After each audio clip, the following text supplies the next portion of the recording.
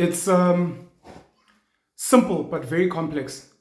One of the conversations I had on Christmas Day with the people that I had around, loved ones for Christmas, was the struggles with black men and black women and black families and black relationships in South Africa. And we spoke about a whole lot of different things. The reason I'm making this video is to say I had a small epiphany last night. It's something I've known, but it just for some reason hit me even harder. The reason that black families are broken, the reason that black men and black women are fighting is because black men do not have money. Full stop. Full stop. The reason that black families are broken, the reason that black men and black women are fighting, the reason black women will not submit to black men, the reason black men cannot lead in their households is because of money. Now, in the South African context, you look at our counterparts, our racial counterparts. You've got coloureds, very, very similar to black people. You've got Indians, specifically the Muslim community, and you've got white people. The white people and the Muslims seem to run their families much better than black and coloureds. That is because the men there have money. It is very easy for the women there to submit. It is very easy for the men to lead, for the men to come up with ideas because they have the resources to provide. Sometimes we speak a lot about therapy, we speak a lot about the legacies of our history, we speak a lot about culture versus church versus social and modern conditioning. But at the end of the day, when you look at Saudis, the Arabs, you look at the Emiratis, when you look at white South Africans in this country, when you look at Indian Muslims in this country, and even when you look at wealthy black people, rich black people in this country, their families are very, very different. In the same breath, when you look at poor white people, when you look at poor Indians in this country, you will find that they have very, very similar struggles with the poor majority blacks and coloureds. They also blame BEE and the ANC for not having jobs. They blame corruption for not having money. Unfortunately, they end up beating up their women. Their families are broken. The mothers are single mothers and. Then you add alcohol abuse, drug abuse, etc. So now what's the solution to this? Just to keep it brief. We've got a history of apartheid and colonization, of which largely black people, in regards to the global, modern, capitalistic Western economy, they were kept out. And today, black people are trying to catch up. Black and colored people are trying to catch up. What's beautiful about the Indian communities, even from India, even from Asia, the Chinese, etc., they have been traders for many, many decades, if not centuries. So in the South African context, even during apartheid, Indian people could trade. They had businesses. To this day, they have businesses. They have supermarkets, wholesalers, cash and carry. They have pharmacies. They have practices, and they have businesses. And those businesses allow the men to make money so that when they get home and their women are housewives, they have to provide for their kids. They get respected. They have authority, as Eric Cartman would have. They have authority. Same with white people. They now inherited from the legacies of apartheid and colonization, where because black people and colors were kept out of the mainstream economy, they got to accumulate a lot of wealth. They got to exploit labor. They got access to the mineral resources of this country. And the white boy who I'm competing with today comes from generations of privilege, where he didn't have to start off in a township. His mom didn't grow up in a village. When he's looking for business funding, his parents may know someone. If he's looking to gain access to a decent school, if he's looking to, he's got privilege. So that's what's helped whoever that boy is, compared to me, build a healthy family and have his white girlfriend, his white woman, respect him more than me. Whereas I have to work from scratch, on top of the fact that I have to deal with black tax as well. This is what I'm trying to say. If we are serious about building the black nation, if we are serious about building black families, we are going to have to empower black men.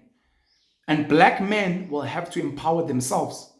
Black men are going to have to sit with their black women and say the only way we will come together is if we intentionally take our money and buy from black-owned businesses that are intent on building the black family.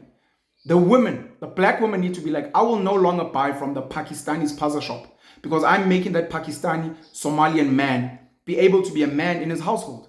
I will no longer buy from the white business, the business there, because I know I'm empowering that white man to be a great leader in his family. I will buy from a black-owned business because I want that black man to be a leader in his home, and I want it to filter down to my family as well. And the men need to do the same. They need to aggressively and intentionally go buy from black-owned businesses that are going to empower their black households. Now, there are too many black people in this country. The reason why white people can become so rich, the reason why Indian Muslims can become so rich is because they are selling to an 80% mass, whereas they are small minorities. The whites are 8%. The Indians might be 2%, maybe 1.5 to 2%. So they're selling to a mass and it's easy to make money. If I'm paying you all the black pen and I've got 100,000 people watching my video, I can make money. But if all 100,000 of us are making videos individually, we can't make that much. It gets diluted. So once we are intentional about buying from black businesses, because there are so many of us, we won't all make money. Then we need to look into exporting. And that's what's made China wealthy. That's what makes America wealthy. That's what makes Germany, Japan wealthy. It's the fact that they not only supply to their countries, but they sell externally. The Indian community in South Africa, if they only bought and sold to each other, they would not be rich. If the white community in South Africa was to only buy and support each other, they would not become rich. They are rich because they get to suck the resources from the black community. So black people have to first and foremost support each other here, and then thereafter start saying, how do we export to China? How do we export to Brazil? How do we export to Turkey? How do we export to Canada? So that we can empower our families. And the black man and the black woman need to come together and say, we need this to work. Why is this important? Why is this racially relevant?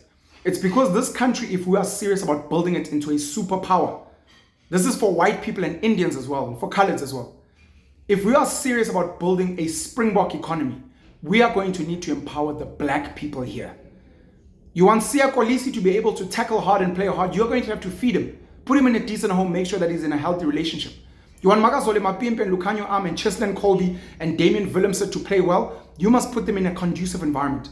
You want black South Africans in this country to be able to compete in a global economy as a white person, as an Indian person, you are going to have to empower them like Siya Kolisi to be like, we want you to become great business people like Patrice, like Phuthuma Nhleko, like Breeze Mathabat. We want you to become a great business person, and we want you to focus on exporting to the world so that you can bring the resources in, and then all of us, white, Indian, colored, black, can benefit from black businesses that are exporting to the world. Now, the buying is the one part. The other part is labor. Many black people labor for Indian businesses. They labor for white businesses, but they don't labor for black businesses. And again, this is one of the things where we're missing it. Once black men have got money, once they've got money and they can come home and they're like, I can provide a home for us. I can pay for our children's schooling. I can provide medical assistance for our family. I can get us food. Once those basics are sorted, then we can start looking into how do we get the women to submit if necessary? How do we get the woman to listen to the man's leadership? How do we train the man that now that you have money, you must not abuse your woman and oppress her just because you have money. You must work with her and have a healthy family. It is difficult to speak about submission. It is difficult to speak about stop beating up your woman, stay away from the alcohol and the drug when the man has nothing. He has nothing. He is so frustrated. His mind is so broken. He looks for these substance outlets, and then the ripple effect is violence and.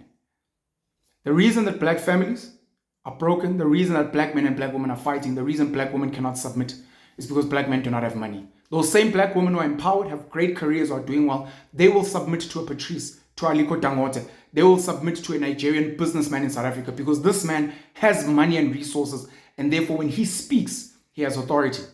When a rich person comes even into the family, everyone keeps quiet and listens because they're like, if this guy has resources, he clearly knows how to solve problems. And money at the end of the day is a tool to solve problems. Not all problems. Some problems require therapy. Some problems require conversation. But you have to get to the core of resource and provision. And that's because of the legacy of apartheid and colonization. We can scream about it till we turn purple. But the solution today, because the ANC government is not doing what needs to be done, is for black people to intentionally say, we will invest in businesses that allow our families to thrive. If it so happens that that business is white-owned, Indian-owned, and you visit the business owner and they say, my man, I've set up this business so that I can hire black men, so that these black men can go home and provide for their women. My man, I've created this business because I want to empower black people to learn how to trade and make their own money. My man, I set up this business because I want black people, black men, to supply my business so they can make money. Because as a white man, as an Indian man, I see how black families are broken and I want to do my bit to empower. But when you look at that white and Indian business person, they're taking all your labor, they're taking all your money, and they're pumping it only into Indian suburbia, only into one suburbia, white suburbia, and they have no plan to invest in the black man and the black family. That is a business you should not be supporting. And it is time that you wake up and you fix this. I am not pro-black. I am not a pan-Africanist.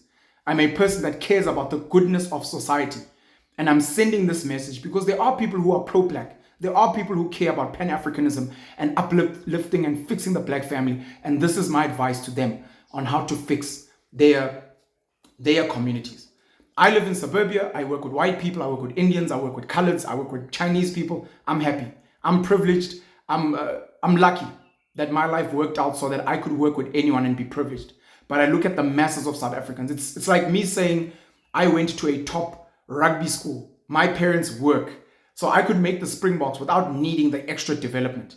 But as a privileged black boy, when I look at all the other black boys struggling to get into professional rugby, struggling to get into the Springboks, I realize there's other work that needs to happen at the bottom for them to be able to thrive so that South African rugby can dominate the world. We need to have the same mindset when it comes to our economy and dominating the world. And it starts with helping the black man. This is not even about gender.